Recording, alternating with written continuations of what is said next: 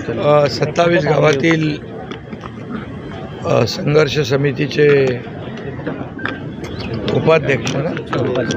गुलाब वजे आणि दत्ता वजे आणि त्यांचे असंख्य कार्यकर्ते, काही लोक सरपंच, माजी सरपंच सगळे आलेत आणि यांनी आज गुलाब वजे यांनी 27 गावासाठी नेहमीच एक त्यांच्या विकासासाठी लढा दिलेला आहे आणि सर्व हे संघर्ष समिती जी आहे या 27 गावांच्या न्याय हक्कासाठी सातत्याने संघर्ष करणारी ही सर्व कार्यकर्ते मंडळी आहेत, महिला कार्यकर्त्या देखील आहेत. त्यांनी सगळ्यांनीच आज डॉक्टर श्रीकांत शिंदे यांच्या मार्गदर्शनाखाली आज शिवसेनेमध्ये प्रवेश केलेला आहे. खऱ्या शिवसेनेमध्ये त्यांचं मी मनापासून स्वागत करतो, मनापासून त्यांना धन्यवाद देतो,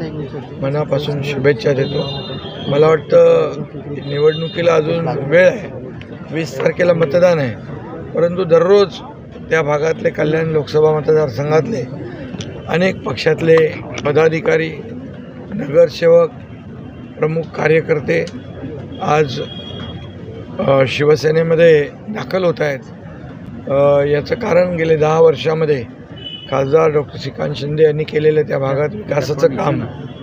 आणि त्या विकासाच्या कामावर विश्वास ठेवून पुन्हा एकदा